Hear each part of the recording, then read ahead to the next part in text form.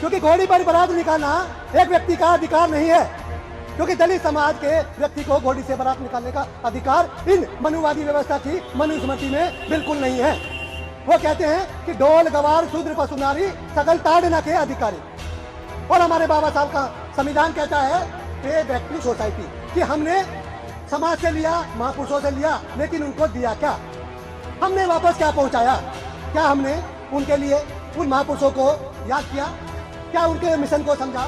या हमने बहुजन महापुरुषों के मिशन में अपना कितना योगदान दिया? अपने जमीन से पूछ के देखिए, क्योंकि आप भी किसी के संघर्ष की वजह से पढ़ लिख कर डॉक्टर इंजीनियर बने हैं। ये इसमें आपका योगदान कुछ नहीं है।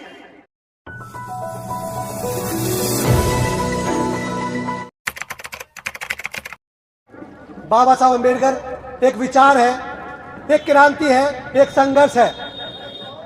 कहते हैं कि महान व्यक्ति मरा नहीं करते, केवल शरीर छोड़ते हैं, क्योंकि उनके विचार अमर हो जाते हैं। उनके विचार अमर हो जाते हैं। उनके संघर्ष से जो आज हम 21वीं सदी में ये Bahujan Samaj, IAS, IPS, doctor, engineer और हमारी माताएं बहनें जो युवाओं के साथ कंधे से कंधा मिलाकर चल रही है, ये बाबा साहब डॉक्टर भीमराव अंबेडकर जी की वजह से।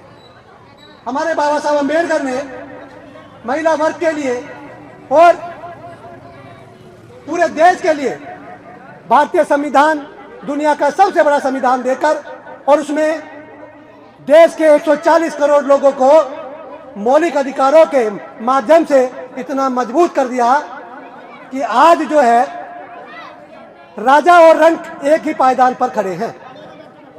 साथियों, बाबा साहब अंबेडकर अगर आज संघर्ष ना करते तो आज इस बात को आप आंक सकते हैं कि जिस प्रकार से मनुवादी व्यवस्था आज भी हमारे 9 साल के बच्चे को केवल इस बात पे मार देते हैं क्योंकि उसने घड़े को छूकर पानी पी लिया।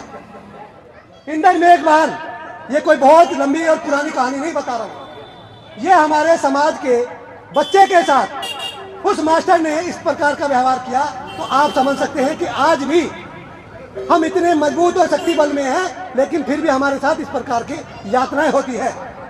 राजस्थान के अंदर थोड़ा ध्यान दें, क्योंकि ये सच्चाई है, कोई मैं फिल्म की स्टोरी नहीं सुना रहा हूं, ये कहानी नहीं है। राजस्थान के अंदर केवल एक व्यक्ति को इसलिए मार दिया गया क्योंकि उसने घोड़ी पर बारात निकाली।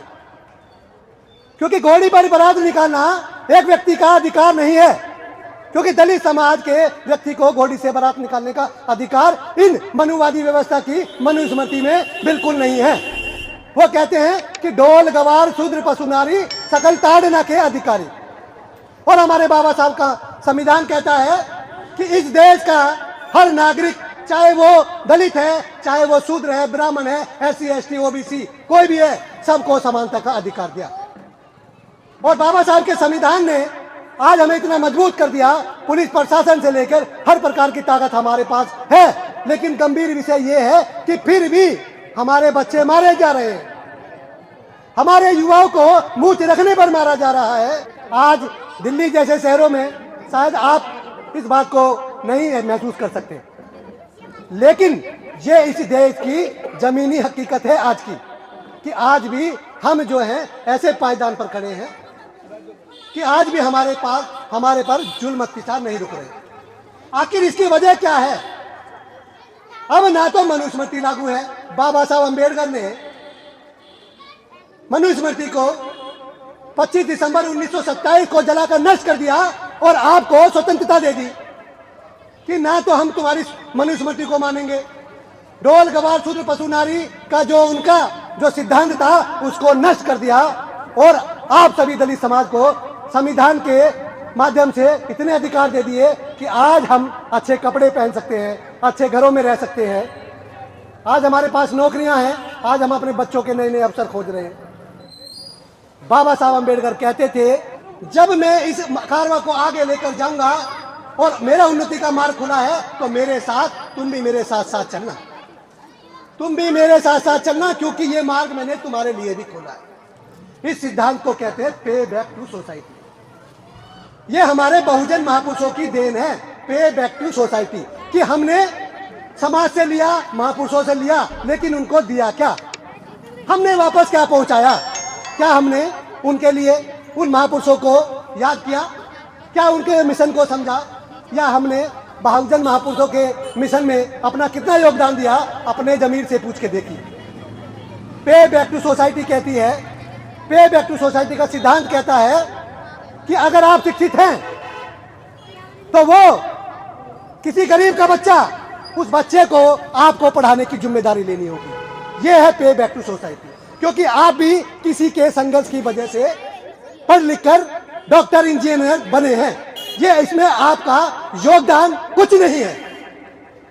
पे बैक टू सोसाइटी कहती है कि अगर आप धनवान हैं तो अपने उस निर्धन बच्चे पर देखिए और उस भाई को देखिए जो गरीब है, असहाय है, सामर्थ्य नहीं है, उसको उसका हाथ पकड़ उसका सहारा बनिए। ये कहती है पे बैक टू सोसाइटी। क्या पे बैक टू सोसाइटी को आज के डेट में कोई समझ रहा? मुझे तो ऐसा लगता है जैसे कि अभी तक तो कोई पे बैक टू सोसाइटी के सिद्धांत को नहीं समझ पाया। क्या हम बाबा साहब अम्बेडकर के इन विचारों से कुछ आगे समझ पा रहे हैं? हम दिल्ली जैसे शहरों में बैठे हैं, हम सोचते हैं कि हम सुरक्षित हैं। भाई, आपका बच्चा भी किसी ना किसी दिन पढ़ लिख कर दिल्ली में तो नौकरी पाएगा नहीं, मैं गारंटी दे सकता हूं। उसे भी किसी ना किसी ऐसे प्रांत में जाना पड़ेगा जहां उसको शोषित होना पड़ेगा। तो इसलिए मैं ये कहना चाहता हूं कि अपने बहुजन महापुरुषों को समझिए और उनसे जो हमें मूल मंत्र मिला है, शिक्षित बनो, संगठित रहो, संघर्ष करो के नारे को हम जो है एक सिद्धांत के साथ आगे बढ़ाएंगे और अपने बहुजन महापुरुषों के विचार को आगे बढ़ाएंगे।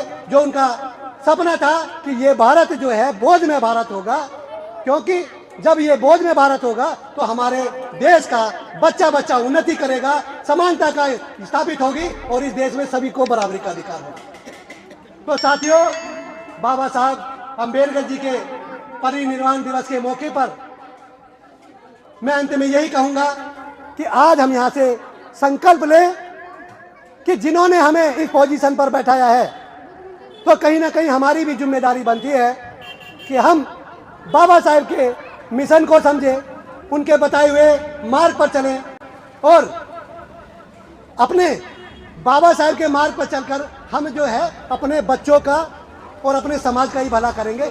हम महापुरुषों से जो हमें मिला है हम उसको आगे बढ़ाएं, उस श्रृंखला को आगे बढ़ाएं। यही बुद्धिजीवी व्यक्ति की पहचान है। इन्हीं शब्दों के साथ में मैं अपनी वाणी को विराम देता हूं। जय भीम, नमो बुद्धाय, जय भारत, जय संविधान।